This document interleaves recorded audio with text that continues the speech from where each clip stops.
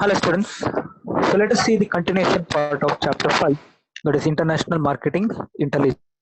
So the contents which I am going to cover in this video, that is first one, meaning of International Marketing Information System, characteristics of sound International Marketing Information System, sources of International Marketing Information System, 14 marks question, meaning of international marketing research, 2 marks question, and last one, scope of international marketing research. So let us see the first topic, that is international marketing information system, which will be called in short form, that is IMIS. So in the previous video we have seen the two words, that is called as marketing intelligence and marketing information system. So it's a network or it's a system which is going to provide the information regarding the markets. So even in the IMIS, it is going to, or it is a network or it is a system which is going to provide the information regarding all the areas of international business, means which are directly affecting or which are indirectly affecting the market. So IMIS is nothing but it's a network system which is going to provide all the information regarding all the areas of the international business which are directly affecting or indirectly affecting the marketing process. So by using IMIS, the managers or the organization, they can easily make the decision, because when they get the information they can easily analyze what are the strength, what are the weakness, and what are the opportunities and threats. Based upon this SWOT analysis, they can easily analyze the environment, opportunities, as well as threats. And even if they can get the information regarding their competitors, so based upon their competitors, they can easily frame the strategies. So IMS is playing the important role for any organizations if they want to get the information not only with the market but also with the products or the customers. So next we have the characteristics of sound international marketing information system. So there are certain characteristics which has to be possessed by some or international marketing information system to be called as sound or the good international marketing information system. So let us see what are the characteristics. First one, according to Sweeney and Boswell, they are the authors. They have given that, they told that the system should be user oriented, expandable, comprehensive, flexible, integrated, efficient, cost effective, reliable, timely, and controllable. So all these characteristics has to be included in the system or network, then only we call them as an sound international marketing information system. So if you observe, all the information, like it should be used by the all the members or all the people, and it should be expandable, means it should not put on restrictions on the providing the information. Comprehensive, it should not provide in a detail, or it should not be provided in a bulk or the more information. It should be a comprehensive, means brief explanation should be given. Flexible, keep on, it has to be changing based upon the changes taken place. Integrated, all the information from all the countries has to be combined, or it has to be collected, it has to be kept in a one place. Efficient, it should give the correct information. Cost effective, it should reduce the cost. And reliable, based upon that information or on that information we can rely, or we can easily take the decision. And timely and controllable. So all these characteristics has to be included in the IMIS.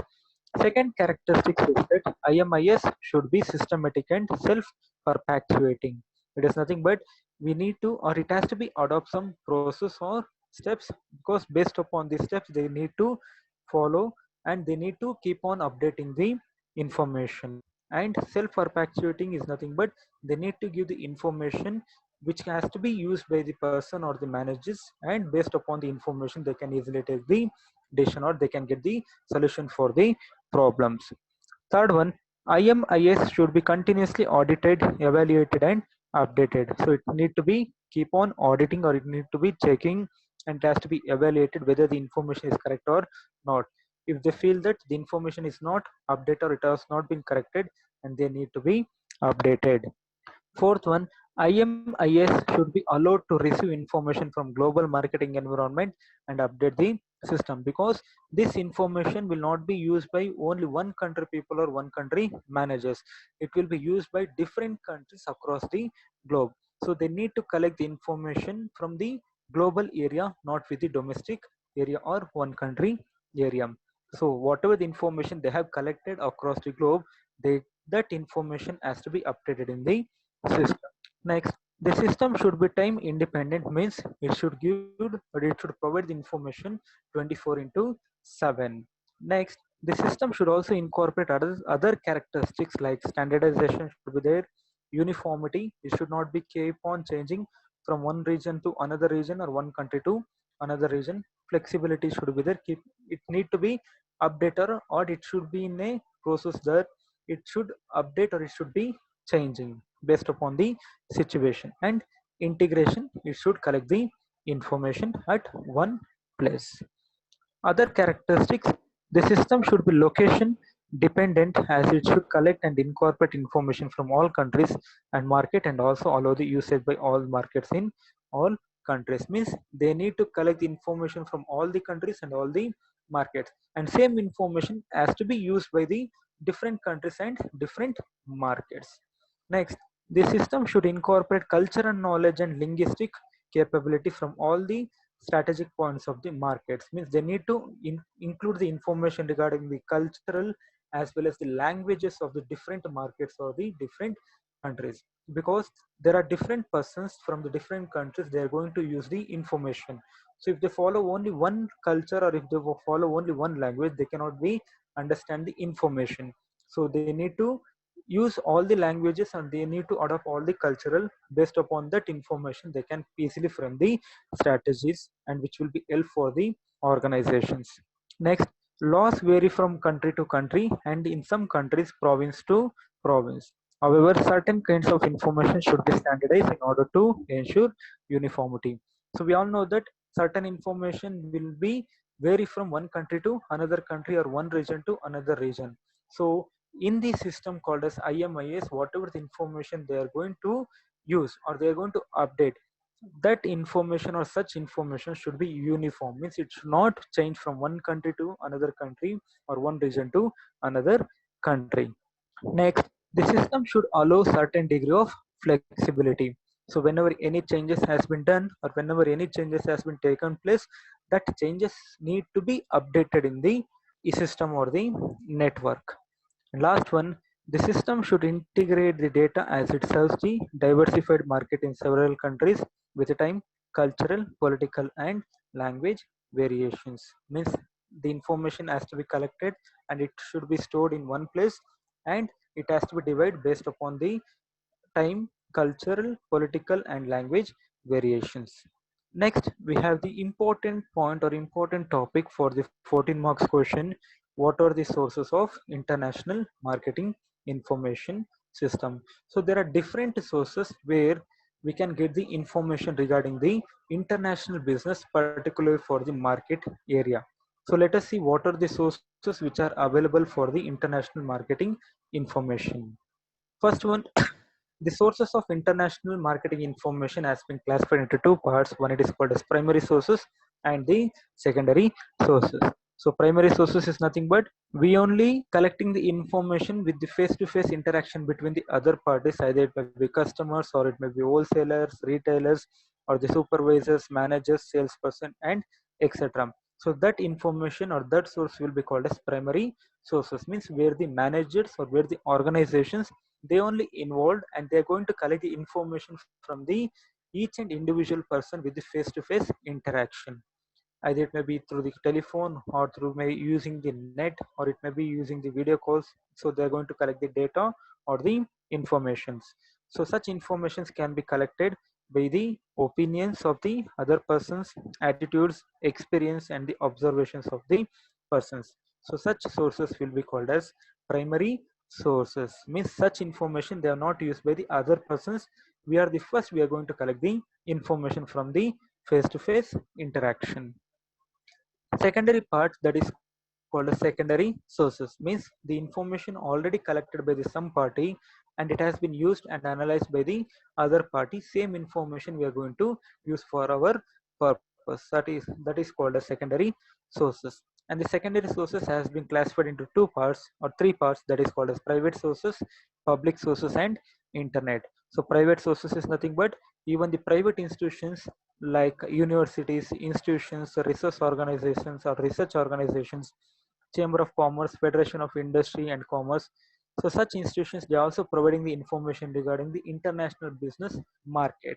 In addition to that, some of the projects which has been done by the MBA students, BBA students, BTech students and others, even it also be used as in private sources, because they already done the research regarding the particular country or regarding the particular market, and that information will be updated in the system. So that is called as private sources. Second one, that is public sources, means the government institutions or government companies, they are going to provide the information like World Trade Organizations, World Bank, IMF, Development Bank, International Finance, etc., and OECD. So all such institutions, they are going to provide the information, and such institutions are controlled by the government. So that's what is called as public sources. And the major source for under the secondary source is, that is internet. So whenever any person feels that they need to collect any information, they can easily type in the web or in the internet, and they can get the soft copies, and they can easily get the information of the market or the country. That is the internet sources. And in addition to this, there are certain sources of the international marketing information, that is UN Statistical Yearbook. That is nothing but United Nations Statistical Divisions. So it provides the international trade information on both products and nations. And it contains the data for 220 countries and territories, detailing economic and social subjects such as population, agriculture, manufacturing, and export and import trade. So this is also called as sources, or this will also be considered as a sources of international marketing information. Second, we have Worldcast. That is, it is an 8-volume annual series that presents 60,000 forecasts for products and markets covering 150 countries, and the forecasts are typically one-line entries providing short or long-range predictions for consumption, capacity, employment, and production country by country. And third one, Exporters Encyclopedia. It is an extensive handbook on exporting that is updated annually. It covers more than 220 markets, providing informations on communication, trade, regulations, documentation, transportation, and business travels. And next, fourth one, Organization for Economic Cooperation and Development. That is in the short form, we call them as an OECD. So even the short form can be asked for 2 marks question. So their mission is to support economic expansions and produce survey covering each of the 24 member countries individually, and each one contains a detailed analysis of developments in the production, employment, prices, and wages. And next, that is called as FITA, that is Federation of International Trade Organization. So it provides the most comprehensive database of international trade web resources on the internet with more than 8,000 links. Information is available on topics from international market research to product licensing and international transportation and logistics. Next, export shipping manual. So this manual is updated weekly to keep it relevant. It is a 3-volume service book which contains country by country shipping and market research, information and analysis. And last one, World Bank, that is World Development Reports. So every year the World Development Reports provides in-depth analysis of a specific aspect of development. Past reports have considered such as topic as the role of state, transition economies, labor infrastructure, health and environment, and poverty. So all these sources, that is UN Statistical Yearbook, Worldcast, Exporters Encyclopedia, OECD, FITA, Export Shipping Manual, and World Bank, all the inform all such institutions, they are going to provide the information regarding the international business. Means include either it may be customers, either it may be product, or it may be employment, prices, wages, transportation, logistics, shipping company, or the insurance. All the informations will be provided, and it can be used by the managers or the business organizations when they want to go for the international business, which is important for the 14 marks question. Next, international marketing research. So we already know that the meaning of research, it is nothing but we are going to find out the solution for the particular problem. That will be called as research. Means we are going to do the analysis, and for the analysis, and after doing the analysis, we are going to solution for a particular problem. So international marketing research, which may ask for 2 marks question. So let us see the meaning. So international marketing research is the systematic design, collection, recording, analysis, interpretation, and reporting of information pertinent to a particular marketing decision facing a company operating internationally. So the name only suggests that. So research is nothing but we are going to adopt the systematic process, that is called as first we need to analyze, we need to frame the question, and framing the question we need to collect the information, and after collecting the information it has to be recorded. After recording the information we need to do the analysis, interpretation, and we need to get the solution, and after getting the solution it has to be reported. So all the process will be included. So in the international marketing research we are going to find the solution for a problem, that is called as regarding the market, which has to be done in the internationally or the other countries. So we are going to get the information, and based upon the information the company or the organization, they can take the decision, that is called as whether we need to operate or we need to do the business internationally or not. So for that question we are going to do the research, and based upon the research whatever the information we have collected, and after analysis and after interpretation we will get the solution, and based upon that solution the organizations or the institutions, they will take the decision whether they need to operate internationally or not. So that process will be called as international marketing research. To say in simple terms, they need to get the solution that whether they can operate internationally or not. So to find the solution for that question, they're going to do the process, that is called as they need to adopt some designs, and they need to collect the information, record the information, do the analysis, and get the solution for that. And after making the solution, now they take the decision whether they need to go for international business or they not. That is called as international marketing research. And there are certain scope of marketing research, means we can see the part or the word in some areas. That is, scope of marketing research studies and studies at international level includes market measurement studies, competitive studies, and studies of the international environment. Market measurement studies identify the current market size and the potential size of the various international market and the firm's shares over a given period of time.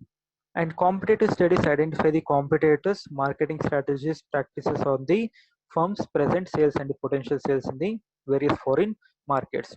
And international level environmental studies identify the impact of various environmental factors on the firm's current and future marketing activities in various country. So we can see the word called as marketing research in the three category. One, it is in the called as market measurement, competitive studies, and the international environment. So in the market measurement we are going to do the research that whether the product have the market, who are the customers, what is the market size, what is the present market size, and what is the expected market size. We can get the information. And in the competitive studies we can get the information regarding the who are the competitors, what are the products they are going to produce, and how the strategies has to be framed in order to meet the competitions. And last one, international environment, how the international level environment is prevailed or available. So what are the factors which going to affect the international environment? So for all these questions we are going to find the question answers, and that answers will be done by using the word or by using the process called as marketing research. And the scope of marketing research at the tactical levels include impact of marketing policies, and strategies on product issues, price issues, promotional issues, and the channels so issues. So we are going to find the solution for products, price issues, promotional issues, and channel issues. So after collecting the information, rereading, then we are going to take the decision whether we need to expand the market to the international level, or we need to restrict the market only for the domestic or the particular country. So that is called a scope of marketing research.